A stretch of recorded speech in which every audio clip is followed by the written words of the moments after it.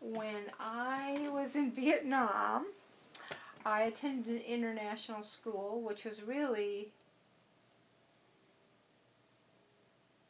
they hired someone to,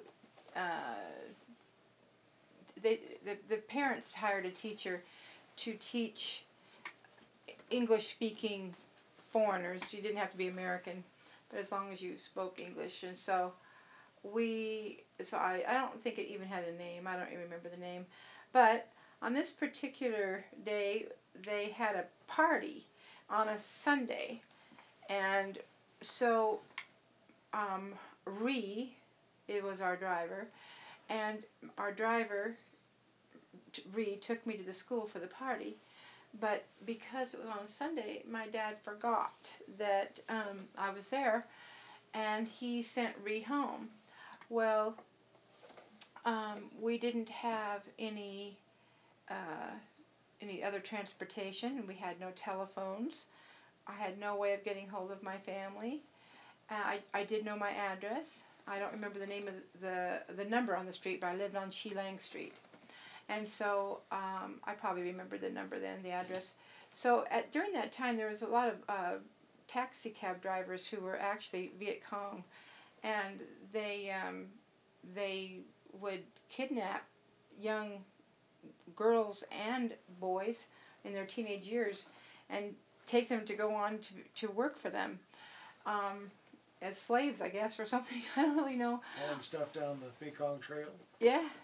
So I was crying and standing outside of the school, and the school was closed, and I had no way of getting hold of my parents. And so I hailed down a taxi cab driver, and it was getting close to curfew. Curfew imposed in the city, and I was just very scared. And so I got into this taxi cab, and I told him where I wanted to go. And we got closer and closer. I thought he was going in the right direction. And then all of a sudden I started not recognizing the area.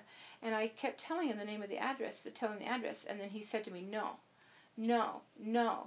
And I started to get really scared. And I started to say, I wanted to go to whatever, Chi Lang Street.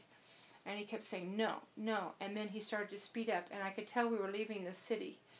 And we were going out into the country, and it was very scary. And so the taxi cab driver kept going and going, and I was just so afraid. I didn't know what to do, and I was crying, and I was telling him I wanted to go home, And we traveled for probably 30 minutes. Did he speak English? I don't know, all he said was no. Okay. And Saigon was actually very close to the Cambodian border. I'll have to look it up to see exactly how close. But I found out later that we were actually heading towards Cambodia. And when we got close to Cambodia, our military, the United States military, had a roadblock.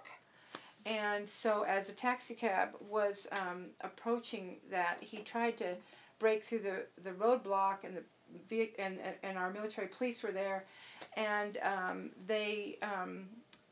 he got tangled up in the barbed wire, and so he got out of the car, and he started running off, and they saved me. And they asked me what I was doing. They were American police, military police, MPs, and I told them who I was and my name and where I lived, and they took me back by Jeep back to Saigon, back to my home.